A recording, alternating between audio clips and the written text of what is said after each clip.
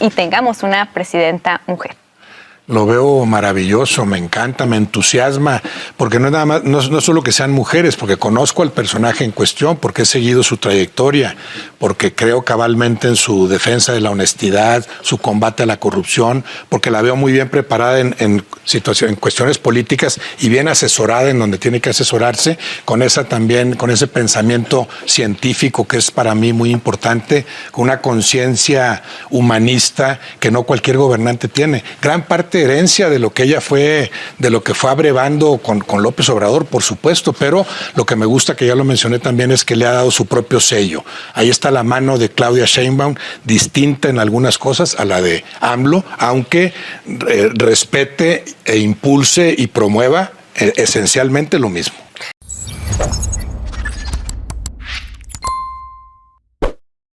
Un saludo para los pregoneros, con todo mi corazón.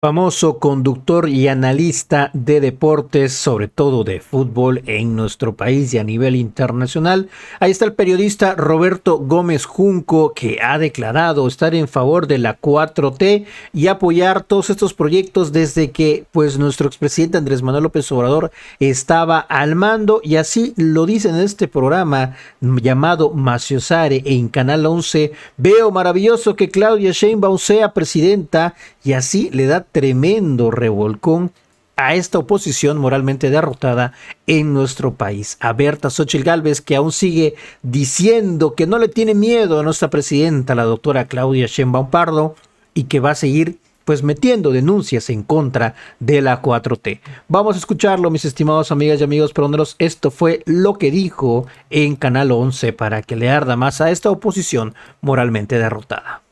Estamos de vuelta en Maciosare. Continúa viendo esta transmisión a través de las redes sociales de Canal 11 TV y Canal 22, así como YouTube Live.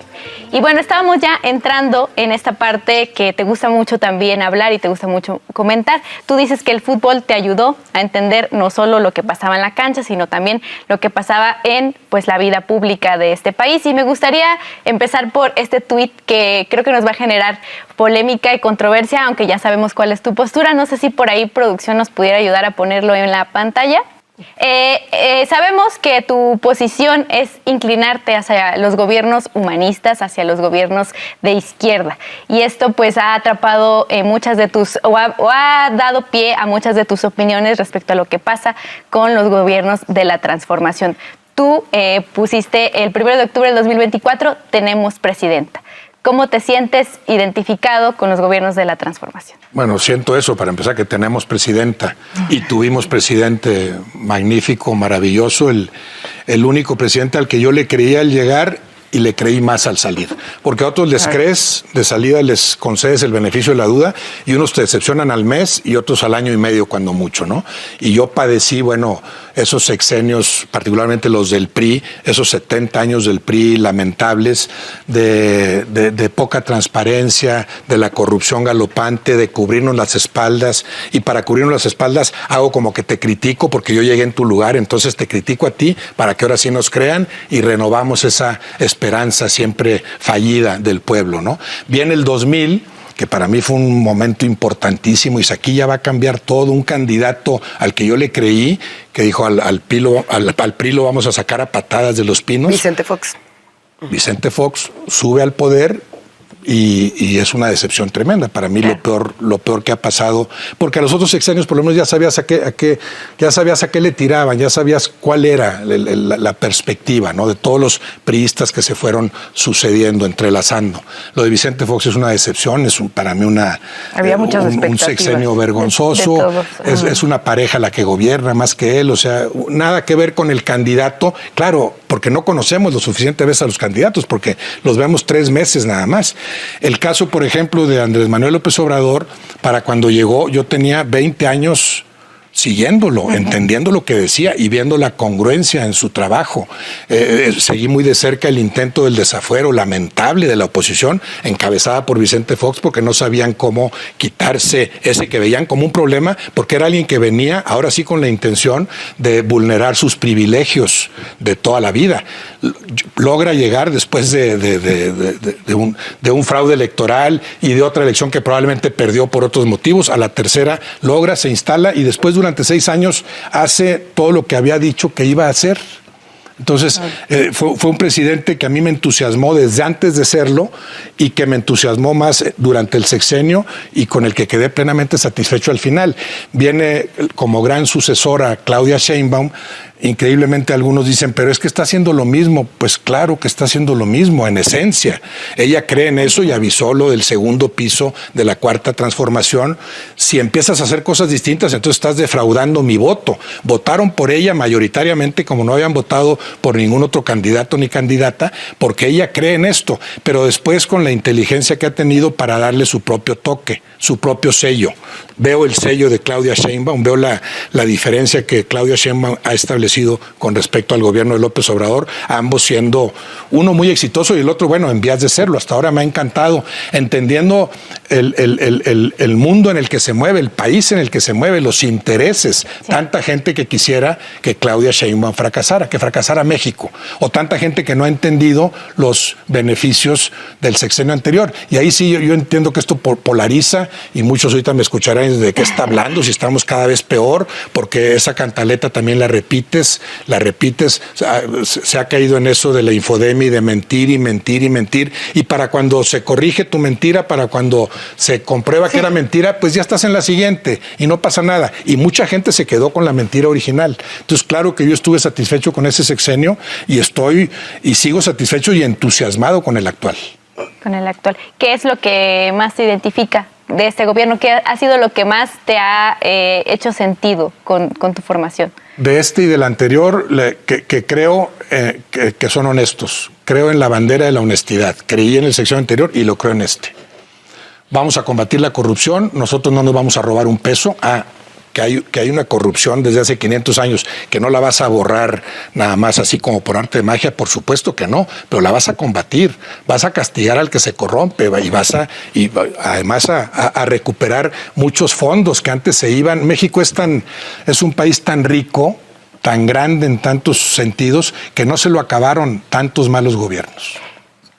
Yo te preguntaría con respecto a esto que acabas de decir acerca de, bueno, mucha gente se quedó con la idea y no quiere salir de allí, sí. Hay una polarización, etcétera. Sí. ¿Te ha pasado o sufriste tú esto que en muchas familias ocurrió y en muchos círculos ocurrió, que la política a partir del 2018 representó, digamos, un motivo de división o de alejamiento? Y un poco cómo manejaste esto tú. Sí, claro que pasó a nivel familiar. Te das cuenta que algunos comparten lo que tú piensas y otros no, pero además no solo no lo comparten, lo detestan o lo ven en el extremo opuesto. Aprendes, si aprecias antes que nada al hermano, a la hermana o la amistad, en muchos casos, bueno, aprendes a conciliar, a suavizar. En mi caso no hubo ruptura alguna, no la ha habido, pero entre amigos también. Amigos que no pueden creer que yo piense todo esto, ¿no? Pero a los que se les puede explicar, que yo respeto lo que ellos me digan, pero sí en lo que ellos me dicen sí veo como que la repetición. Esto estás repitiendo lo que dijo este y este y este y este y este. Porque sí, el sexenio anterior también sirvió para eso, para que se exhibiera, para que notáramos en su verdadera dimensión el tipo de periodismo que se hacía. Habrá buenos y malos, y no quiere decir que todos los que si no compartes lo que yo pienso seas un mal periodista. No, puedes ser un buen periodista que no compartas todo esto, perfecto. Lo importante son tus motivos, ¿por qué no lo compartes? O nada más respondes a qué otros intereses, ¿no? En ese sentido también creo que ha habido una labor de limpieza a la que le falta mucho todavía. En ese sentido, justo, ¿qué espacios puede y qué espacios debe habitar la izquierda? Y lo pregunto pensando en, ¿existe esta suerte de creencia popular, que incluso aquí podríamos discutir el otro día, de que los medios públicos, por lo menos ahorita, ¿no?, son solo de la izquierda y los medios privados son solo de la derecha? Y que, o sea, insisto que es creencia popular, no lo estoy diciendo yo, no me vayan a decir que... No, en general sucede eso, pero no tiene por qué ser así. Y de pronto es como una persona de derecha que puede habitar en un medio público, por ejemplo, o una persona de izquierda que dice, yo estoy en ESPN. O sea, ¿qué pasa con eso? ¿Dónde debe habitar? ¿Dónde puede habitar? ¿Cómo es esa relación de la izquierda o de tu propia izquierda con los medios de comunicación? Sí. Bueno, una posición de izquierda para mí implica, si cuestionas al poder, al poderoso. Lo que pasa es que aquí también ha habido esa confusión. Me acuerdo también mucho de Helguera, maravilloso, ¿no? Que en una entrevista le dicen, pero ¿cómo ahora estás hablando bien? Y él dice, pues yo tenía 50 años esperando un gobierno así. ¿Por qué voy a hablar mal? Ahí otra vez, a mí me sirvió el fútbol para entender, porque me ha servido muchas veces para ciertas analogías, ciertas cosas que se repiten en el fútbol y en la política. Si yo critico a un equipo porque hace mal esto, cuando empieza a hacerlo bien, pues reconozco, lo está haciendo bien. Ahora piensan que soy americanista. Pues no soy americanista, es el equipo que mejor juega hace 5 años y para eso estoy yo, para decirte quién juega bien y quién juega mal. ¿Cómo voy a criticar a un equipo con todo lo mal que hace? Y cuando empieza a hacerlo bien, lo sigo criticando porque hay que criticar al poder, porque hay que criticar al equipo. Pues no, ahí reconoces que ese equipo está jugando muy bien. Y piensan que soy medio veleta, porque antes dijiste que los Tigres eran muy buenos y ahora dices que son muy malos. Pues que cuando juegan bien, digo que juegan bien, y cuando juegan mal, también lo digo. El problema es, trata de sustentar lo que dices, que tu argumento tenga más peso. Entonces, la de Helguera me pareció una respuesta perfecta. Si yo estaba esperando esto, pues ¿por qué lo voy a criticar? Eso no quiere decir que no puedas cuestionar algunas cosas que te gusten menos que otras, claro. Pero esta confusión de que yo como editorialista tengo que criticar siempre al poder, la otra sería, para ti, ¿cuál es el poder? Sí, ¿cuáles poderes? El sexenio anterior vino a trastocar mucho eso del poder, que el poder, ¿cuál era? El gobierno en turno con el poder económico de siempre, que marchan en la misma dirección, empobreciendo al pueblo. Cada vez mayor la separación entre los más ricos y los más pobres. Eso era cada sexenio, una medida ineludible. Esto empieza a revertirse, pero ¿por qué estás ayudando a estos pobres si los teníamos muy a gusto ahí sometidos, ¿no? Entonces, a ese poder que era cómplice del gobierno en turno, a ese poder es al que sí, claro que seguiré combatiendo, que lo siguen enarbolando, lo siguen representando ese poder los grandes empresarios con algunos cómplices en los medios de comunicación. Entonces, ¿qué te hace sentido tener una presidenta mujer?